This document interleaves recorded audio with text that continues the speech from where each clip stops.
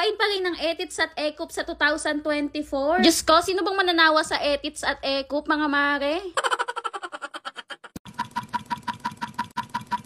Meron nga uli ako ditong Etits Yagballs, pati na nga rin itong Ekup. Magluluto kasi ako ngayon ng balbakwa, pero ito naman yung gagamitin kong meat, mga mare. Kadalasan kasi balat ng baka yung ginagamit na karne doon sa balbakwa. Nakapag-content na nga rin pala ako ng soup number 5, mga mare. Bali, Etits at Yagballs nga pala yun ng baka. Kung hindi mo pa nga napapanood, ay ilalagay ko na nga lang sa comment section. Pati nga rin itong Ekup ay may vlog na nga din ako dito. Sisig na Ekup nga pala yung ginawa kong luto doon, at kung hindi mo pa nga napapanood, ay ilalagay ko na nga lang din sa comment section. Matambok at malaman nga itong Ekup na nabili namin ngayon, mga mare. Mukhang mistisa nga rin ang may-ari nito kasi hindi ito maitim. Itong Etits at Yagballs nga, pati na nga rin itong Ekup ay napaka-fresh pa nga din. Kaya naman ito, at uumpisahan ko na nga itong linisan. Itong Ekup nga, mga mare, ay hindi makapal yung balahibo. Kaya naman tingin ko ay hindi ako mahihirapan sa paglilinis nito. Nung nakaraan kasi, doon ako natagalan sa pagtatanggal ng balahibo. Hindi nga rin ito sobrang panghe, mga mare, kumpara doon sa una kong niluto. Pero kahit hindi nga ito mapanghe, ay kailangan ko pa nga rin ito linisan ng maigi. Kasi syempre, dapat bago ka kumain ng Ekup ay malinis.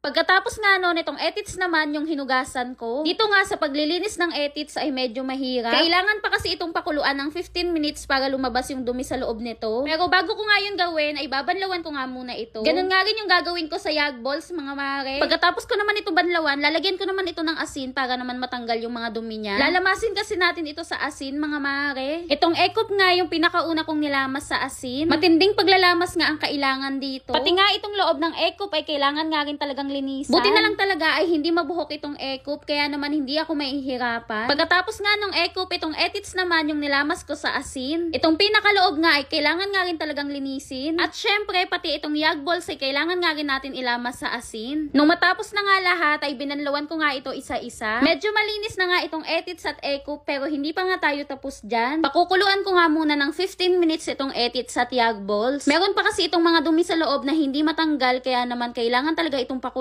Wala pa ngang 15 minutes ay naglabasan na nga yung mga impurities nito. Itong Etits nga kapag ka naiinitan ay tumitigas, mga mare. Kaya naman maya't maya ko nga rin itong nilulubog para lahat ng dumi niya ay mailabas. Ayan nga, at tinatanggal ko na nga rin itong mga lumabas na dumi. Pero kahit hindi mo na nga yan tanggalin kasi hindi naman natin gagamitin itong sabaw na to, hahayaan ko nga muna ito hanggang sa lumabas na nga lahat ng pinakadumi niya. Maya-maya nga lang din ay okay na nga ito, kaya naman hinango ko na nga rin itong Etits at Yagballs. Sayang naman kung itatapon agad itong pinagpakuluan, kaya naman ilulubog ko na nga rin dito yung Ekup. Kailangan din kasi ito ilubog sa mainit na tubig para matanggal yung mga balahibo. Pagkatapos ko nga ito ilubog sa mainit na tubig ay gumamit nga ako ng kutsilyo para matanggal itong mga balahibo. Medyo hindi na nga ako nahirapan kasi ginawa ko na nga rin ito nung nakaraan. Sabi ko nga rin sa inyo, mas madali nga itong tanggalin kasi manipis nga lang yung balahibo nito kumpara doon sa nakaraan. Pagkatapos nga nung sa Ekup, itong Yagballs at Etits naman yung aking hinugasan. Ayan nga, mga mare, kung mapapansin nyo ay napakatigas na nga nitong Etits. Kapag ka naiinitan kasi ito ay tumitigas ito, kaya naman matagal na pakuluan talaga ang kailangan dito. Para naman mas malinis ko nga ito ng maayos ay i-chop ko nga muna itong Etits. Ganitong hiwa nga lang ang ginawa ko kasi papakuluan ko pa din naman ito hanggang sa lumambot. Tapos ganito nga pala yung itsura sa loob ng Etits. Hindi pa nga tayo tapos dyan kasi bibiyakin ko pa nga ito para siguradong malinis talaga itong Etits. Medyo mahirap nga lang kasi napakatigas nga nitong Etits na to. Pero ito nga, at kayang-kaya naman ito hiwain. Ito nga pala yung itsura sa pinakaloob ng Etits. Fast forward nga ito nga at nahiwa ko na nga ito lahat. Tapos itong Ekup naman ay natanggalan na nga rin ng balahibo. Kaya naman ito na nga yung pinakahuling hugas, mga mare.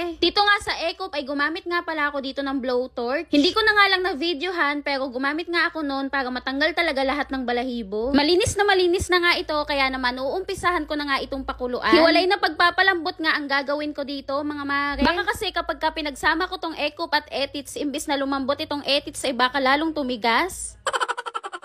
Ito nga sa Etits ay gumamit ako ng pressure cooker. Tapos naglagay nga lang din ako dito ng mga pangpalasa. Dito naman sa Ekup ay normal na kaldero nga lang ang ginamit ko dito. Tapos naglagay nga lang din ako dito ng mga pangpalasa. Katulad nga lang din doon sa Etits ang inilagay ko dito. Bali naglagay nga pala ako dito ng bawang, sibuyas, luya. Syempre naglagay nga rin ako dito ng asin. Naglagay nga rin pala ako dito ng pamintang buo. Hindi ko na nga pala napakita yung pagpapakulo pero ito nga at okay na nga ito. Sobrang lambot na nga nitong Etits at Yagballs, pati na nga rin itong eko. Yung malaking yag balls nga kanina ito na nga ang itsura. Kumit nga ito ng kaunti mga mare. Tapos ito na nga yung etits mga mare, sobrang lambot na nga nito. Sa sobrang lambot nga ay para na nga itong jelly ace. Ngayon naman ay gugupitin na nga natin ito isa-isa. Sa balbakwa kasi ay medyo maliliit nga lang ang hiwa. Sunod naman itong yag balls naman ang aking gugupitin. Kung hindi mo pa nga nakikita ang itsura nito, ganito nga pala ang itsura mga mare, parang itlog nga pala ito talaga. Kulay dilaw kasi ang loob nito. Sunod naman itong egg cup naman ang aking gugupitin. Grabe, sobrang lambot na talaga nito mga mare. Saktong gupit nga lang ang ginagawa ko dito, hindi sobrang liit at hindi nga rin sobrang laki. Pagkatapos ko nga gupitin lahat ay nag-umpisa na nga ako maggisa. Yes mga mare, ngayon pa nga lang talaga ako magluluto. Inilagay ko na nga rin itong sibuyas mga mare. Tapos isinabay ko na nga rin itong luya. Okay na nga ito, kaya naman naglagay na nga rin pala ako dito ng atsuete powder. Ngayon na nga ang bahala kung gaano karami ang gusto nyong ilagay. Pero itong akin nga ay sakto nga lang ang aking inilagay. Gisa-gisa nga lang ng kaunti, tapos inilagay ko na nga rin itong aking mga karne. Dito naman sa pagluluto ng balbakwa ay saglit na saglit nga lang ito mga mare. Itong karne kasi nagagamitin natin ay pinakuluan naman na ito ng napakahabang oras. Pagkatapos ko nga itong gisahin ng kaunti ay nilagay ko na nga rin pala itong pinagpakuluan ng etits, yag balls, pati na nga rin ng eko. Kaya naman kung magluluto kayo ng balbakwa ay wag nyong itatapon yung pinagpakuluan mga mare. Kasi ayun yung gagamitin nating sabaw. Naglagay na nga rin pala ako ng pampalasa dito. Medyo naparami nga ang paminta. Pero okay lang yan para medyo maanghang itong ating sabaw. Tapos naglagay na nga rin pala ako dito ng asin. Inilagay ko na nga rin pala itong spring onion. Saglit na pagpapakulo na lang din naman kasi ang gagawin ko dito. Kaya naman isinabay ko na nga rin ito. Ayan nga at hahayaan ko na nga lang ito kumulo ng kaunti. Maya-maya nga lang din ito nga at okay na nga ito mga mare. Ito nga yung first time ko na magluluto nitong balbakwa. Diyos ko, sa first time ay gumamit pa nga ako ng etits, yag balls, pati na nga rin ng eko. Pero kahit anong parte naman daw ang ginagamit dito sa balbakwa. Ito na nga ang finished product mga mare. Ikaw ba, kumakain ka rin ba ng etits, yag balls, pati na nga rin ng eko? Kung hindi ka pa nga nakakatikim ng etits at yag balls, pati na nga rin ng eko, ay itag mo na nga yung jowa mo. Ayun lang for today's video. Kita-kita tayo next vlog!